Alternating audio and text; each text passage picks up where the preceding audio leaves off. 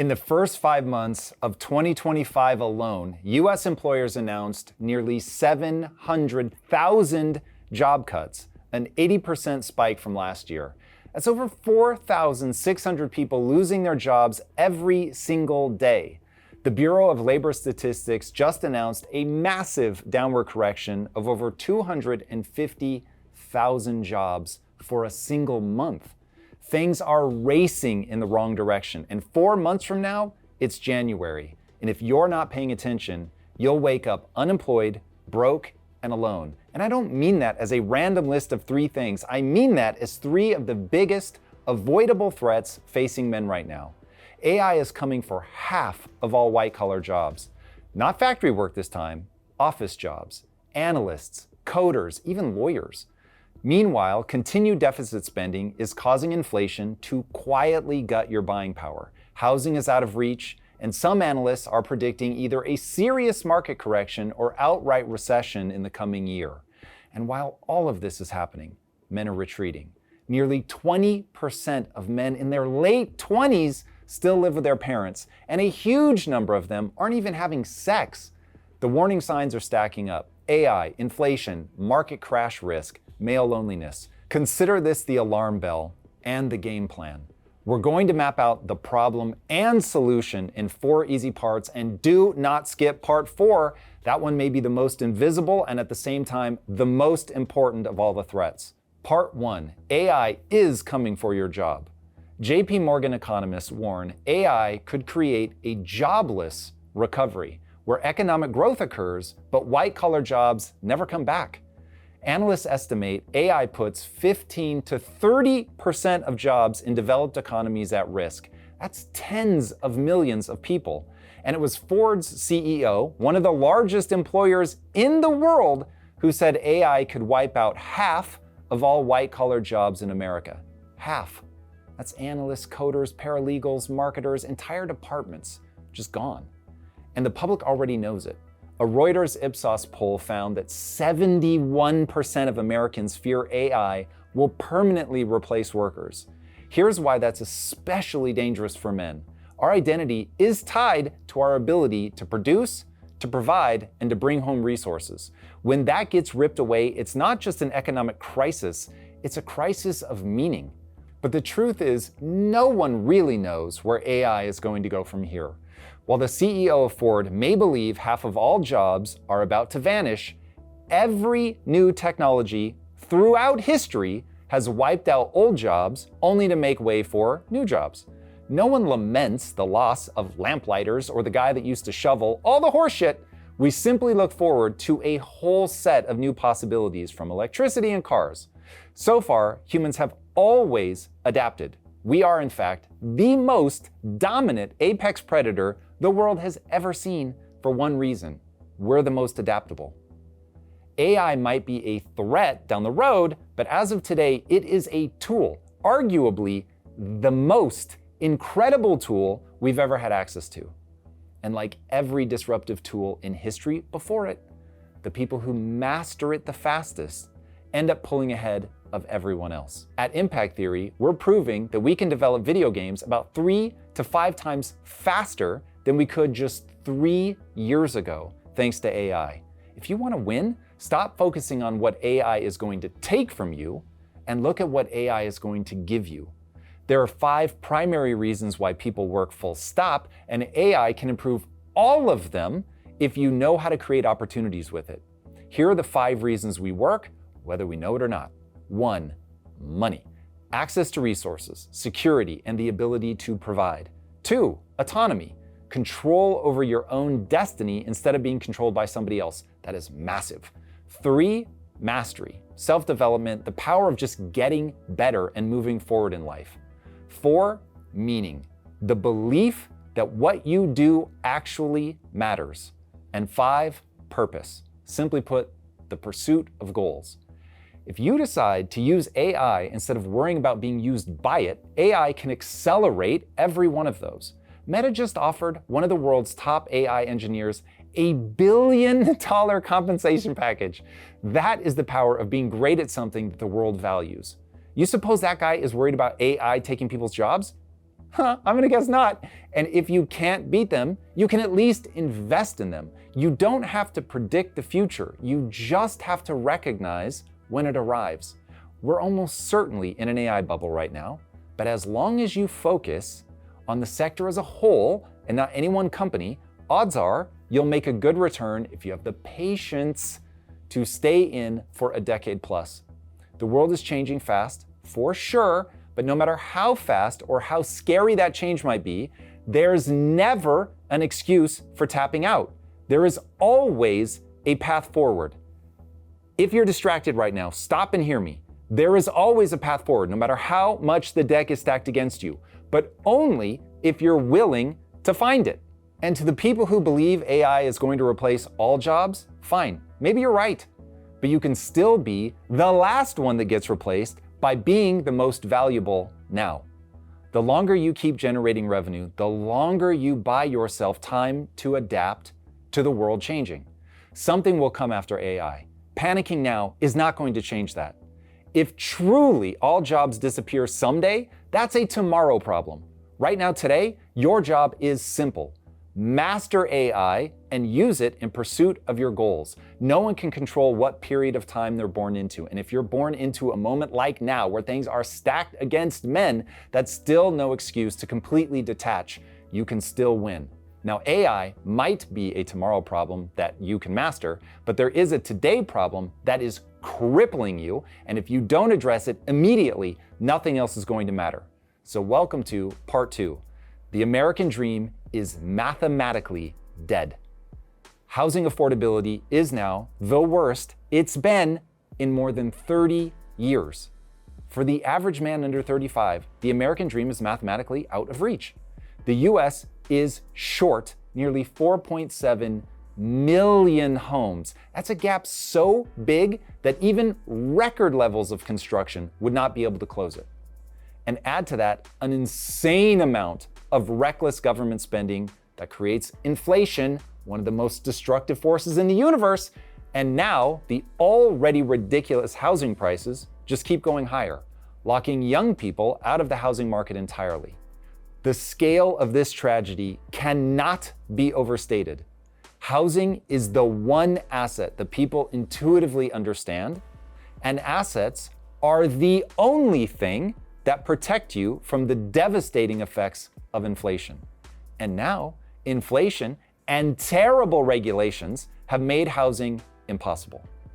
If you thought redlining was evil and stopped Black people from getting into property and accumulating generational wealth, wait until you see the knock-on effect of pricing entire generations out of the property market and then hitting them with record high inflation. According to Truflation, from 2020 to 2025, inflation has been more than 25%. That is government theft by another name. It's wealth redistribution from everyone to the wealthy. It is an economic apocalypse, but it happens just slowly enough that people complain and then keep voting for the same moronic policies that drive deficit spending. History is not going to judge us kindly. Here is the hard truth. You didn't cause this injury, but only you can do something about it. No politician is going to save you. Not a Republican, not a Democrat, not anyone. Both parties are addicted to deficit spending, and deficit spending is what causes inflation and makes housing impossible for you to afford. Both sides of the aisle will keep printing, borrowing, and inflating assets until the currency buckles. And instead of waking up and solving the problem, 62% of young people between 18 and 29 now hold a favorable view of one of the most murderous economic structures in history, socialism. So if housing isn't going to be the lifeline that saves you from inflation, and people are increasingly in favor of socialism, which is essentially infinite inflation, what's left? How do we protect ourselves? The answer is simple. You must own assets. It does not matter that you didn't cause the problem. It doesn't matter that the game is rigged against you. If you don't get into assets, you will lose. And right now, despite all of the chaos, you've got a once-in-a-lifetime chance. First, there's AI. Even if we are in a bubble right now, the broad category of AI is going to completely reshape how the world works. Investing in the space as a whole is like buying railroads in the 1800s or the internet in the 1990s. Even with the booms and busts, the long arc will bend towards massive value creation. Second, there's Bitcoin and crypto. This is a whole new financial system that is being built right now in real time. Yes, it's volatile, I get that. Yes, it's controversial, though less so by the day. But for the first time in history, you have a decentralized store of value that can't be inflated and a parallel payment system that's decentralized and thus is impossible to stop. Even China couldn't stop Bitcoin. And third, there's the age-old opportunity of the stock market. For all of its corruption, all of its abuse, it remains a modern miracle. Over the last 200 years, despite wars, depressions, and political dysfunction, global equities have outpaced inflation and created compounding generational wealth. As I like to say, you should be mad as hell that you're being forced to gamble in the stock market to avoid the punishing effects of inflation, but at least you've got an option with a proven track record of success. So while you may not be able to save the system, you can certainly save yourself. And if you play your cards right, you can define a new American dream. But beware, the markets are not for short-term investors or for the faint of heart. So welcome to part 3. There's recession risk. Moody's, one of the world's most respected credit rating agencies, warns the US economy is on the precipice of a recession, pointing to consistent job losses and downward payroll revisions. Adding fuel to the fire, Deloitte, one of the world's largest accounting firms, now projects a recession beginning at the end of 2025, with GDP falling nearly 2% in 2026 and unemployment hitting 6%. Apollo Global's chief economist puts the odds of recession at 1 in 4 by mid-2026 and says stagflation, not just a recession, is the real threat. Even the New York Fed's own model gives us a 29% chance of recession within 12 months. That's nearly double the historic baseline. This is obviously a moment of tremendous uncertainty, but uncertainty is not an excuse for paralysis. The future is unknowable, and you will always have to act despite imperfect information. But most don't, and that makes taking action in uncertain times the perfect way to separate yourself from the masses who will be destroyed by inflation. If you sit on the sidelines because you're scared of an AI bubble or nervous about a looming recession, you are guaranteed the worst possible outcome. Inflation will quietly eat you alive. You might dodge a market correction, but you will also miss the 10 days when the market surges forward. According to JP Morgan Market Analysis, missing just the 10 best days in the stock market over a 20-year period drastically lowers your overall returns. This is why the common adage is that time in the market beats time ing the market. Don't try to outsmart the market. Keep enough cash on hand that you never need to panic sell, dollar cost average in, and hold a broad portfolio of high quality assets. Doing it that way, you're never going to be a hero on Reddit's Wall Street Bets, but you're also not going to go broke. And remember, there's no way to dodge inflation other than owning assets. I want to beat that point to death. Doing nothing is how you end up being part of the middle class that gets yanked down into poverty.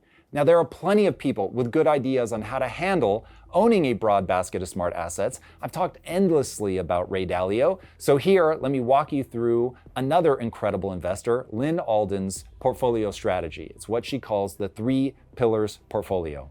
Pillar number 1, profitable, reasonably priced equities. This is roughly 60%. This is your growth engine.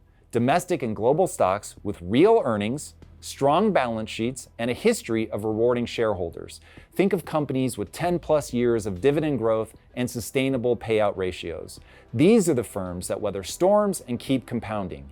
Even in inflationary periods, strong equities with reinvested dividends build wealth. Pillar 2, cash equivalents. This is going to be roughly 10% of your portfolio.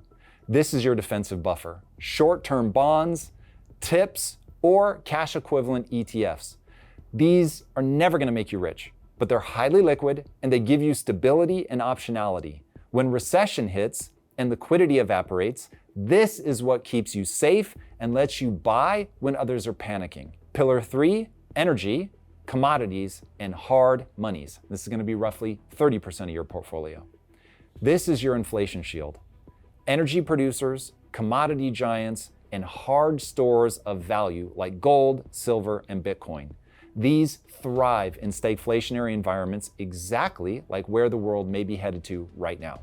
When currencies weaken and governments debase, these are the assets that hold or even increase in value. Now, the genius of this approach is diversification and adaptability.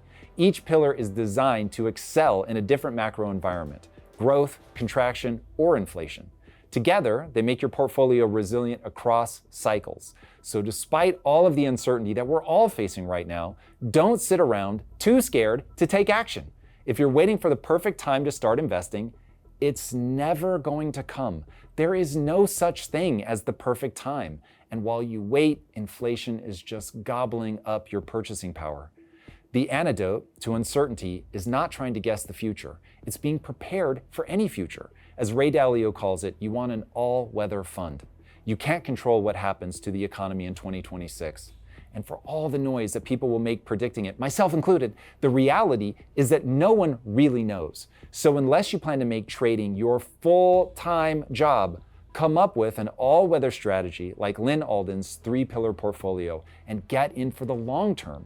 That way, whether tariffs usher in an economic apocalypse, AI goes up or down, or the economy goes up and to the right, you're protected against the government continuing to do stupid shit and debasing the dollar through deficit spending. Plus, ironically, if you get your money right, you can begin to protect against what might be the worst threat of them all. We'll get right back to the show in a moment, but first, I want to tell you about the protein powder that I am obsessed with. The things that people normally eat are loaded with artificial flavors, synthetic vitamins, and ingredients you can't even pronounce. It's not a food, it's a chemistry experiment. But Paleo Valley bone broth protein is totally different. It's made from actual grass-fed beef bones, not synthetic lab creations. One scoop gives you 13 grams of real protein that your body actually recognizes. It's fun to eat, it feels good. It is literally like an ice cream treat. And the collagen is naturally occurring. It's not synthetically added. This is how nutrition worked for thousands of years before we decided to process everything into a powder. You've got chocolate, vanilla, salted caramel, and unflavored options, all minimally processed. My personal favorite is the chocolate. It is absolutely delicious and it's made from organic cacao. And right now, Paleo Valley is running an insane deal. Buy one, get one free on bone broth protein. Make sure you click my link below and get the buy one, get one free on the bone broth protein. All right, guys, let's get back to the show. Welcome to part 4, male loneliness and disengagement. Men are 3 times more likely to overdose, 4 times more likely to kill themselves, and 14 times more likely to be incarcerated than young women. In 1960, just 4% of prime-age men weren't working. Today, that number has tripled. And when you add in men who are unemployed but still looking, it's a staggering 16% of men that are out of work. Nearly 20% of men, aged 25 to 34, still live at home with their parents, and nearly 1 in 4 young men reported having 0 sex in the past year. That is triple the rate from just a decade ago. Now, that might not seem like a big deal until you realize that the pursuit of a healthy sexual relationship is the single most profound motivating factor for men. In Maslow's hierarchy of needs, Abraham Maslow explicitly placed sex within the physiological needs tier. In evolutionary biology, the fundamental drive states are often summarized as the 4 F's: fighting, fleeing, feeding, and mating. Freud categorized sex as one of the core life instincts, alongside hunger, thirst, and self-preservation. And biological anthropologist Helen Fisher, famous for her MRI studies on romantic love, found that romantic love activates brain regions tied to reward and addiction, much like hunger or drug dependency. Want to know why men send rockets to the moon or build cities, raise empires, and break records? To get laid. So by the time men have given up on sex, they have essentially given up on everything. Make no mistake, men are in crisis. And what makes this moment so dangerous is that when men check out, they don't just disappear quietly, they collapse inward. They numb themselves with porn, OnlyFans, junk food, and endless scrolling. They become less ambitious, less healthy, less social, and slowly lose the drive that evolution hardwired into them. And when enough men retreat, society loses its builders, its protectors, and its innovators. Civilizations do not thrive when men abandon the field. Worse still, men who feel rejected and humiliated don't just go silent. History shows again and again, angry, purposeless men are the spark that causes chaos.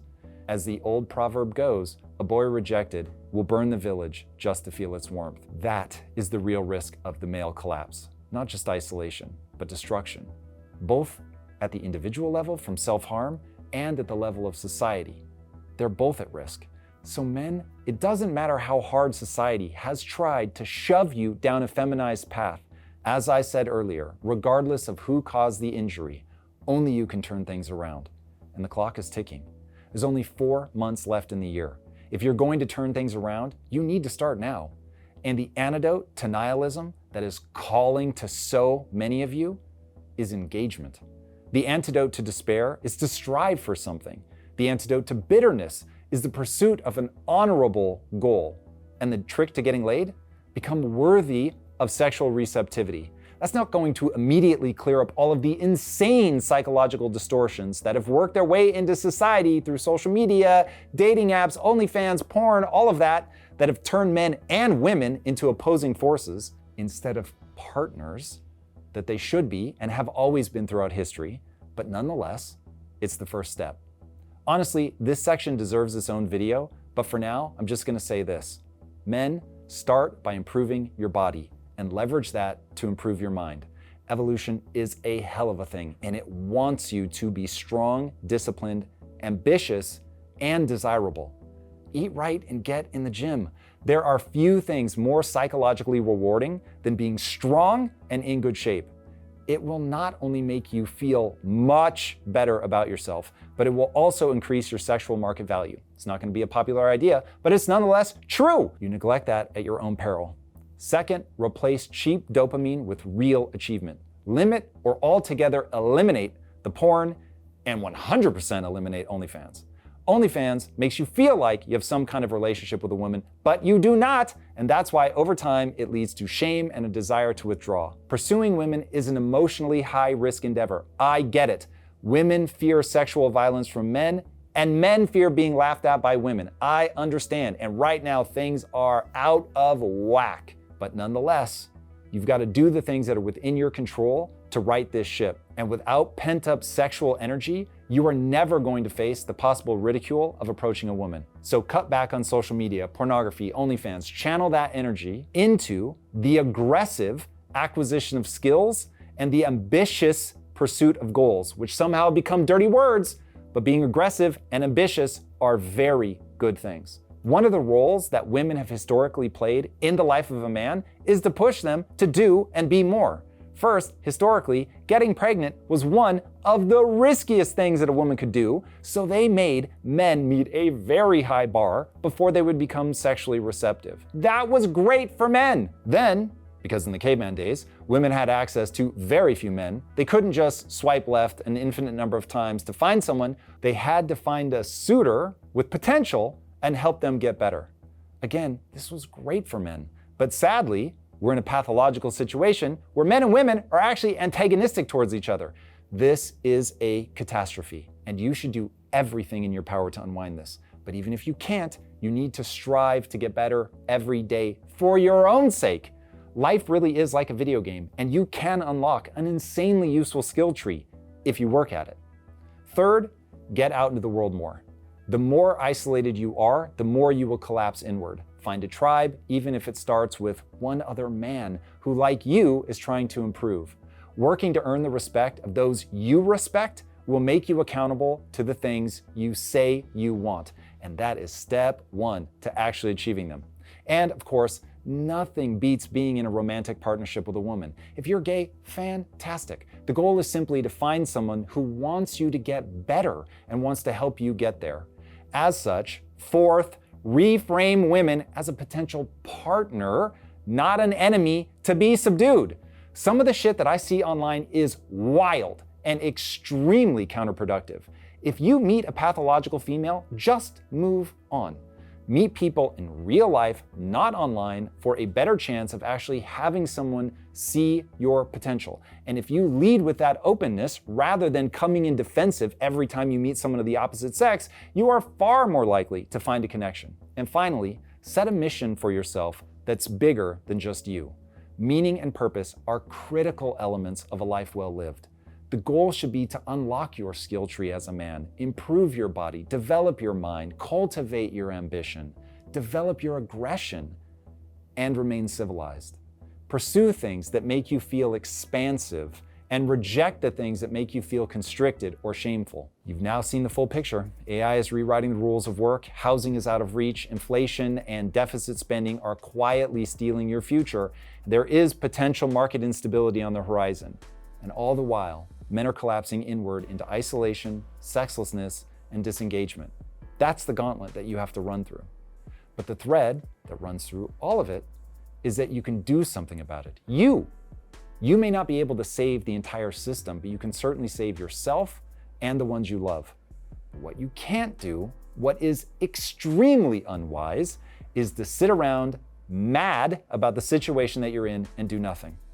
Make the most of your time. You still have 4 months until January. There is still time to make this year one of the most incredible years of your life. You've got 4 months to build momentum no matter what is happening in the world, 4 months to set goals, to outmaneuver the threats that are facing men today. You may have suffered an injury for which you are not to blame. The game may truly be rigged against you, and it is, by malevolent forces, but that doesn't mean that you can't still achieve something incredible. The excuses for failure are always going to be there if you want to take them. Or, alternatively, you can develop the qualities that make men awesome: aggression, ambition, goal obsession, and a strong drive to protect and provide. Unlock those skills and drive forward relentlessly. Master AI, invest in assets, build your body, sharpen your mind, find your tribe, partner with women, become worthy of sexual access, avoid cheap dopamine cycles and fake sexual access, strive for mastery, meaning, and purpose. Reject bitterness, reject nihilism, reject the voices that tell you to slow down, give up, create space, or be more like a woman. Women are awesome. They're incredible, but I want you to be a man. Fight back against these threats. Develop yourself and achieve no matter what the circumstances. Because in the end, this isn't about AI or inflation or even women. This is about you and whether you're going to overcome the ridiculous challenges that you face in this moment. Men bring order to chaos. That has always been our role. And the world has never needed it more than it does right now.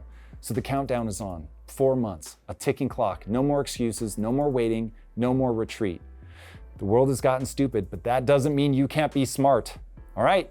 If you want to see me explore these types of ideas in real time, be sure to join me live on YouTube on Wednesdays and Fridays at 6 a.m. Pacific time. You can heckle me, discuss with the community, or just drink it all in as we cover economics, politics, world affairs, cultural issues, gaming, and so much more. I'll see you guys there. Until next time, my friends, be legendary. Take care. Peace. If you like this conversation, check out this episode to learn more. 2/3 of Americans now say the other political party is not just wrong, but a serious threat to the United States itself. Trust in the government has collapsed to just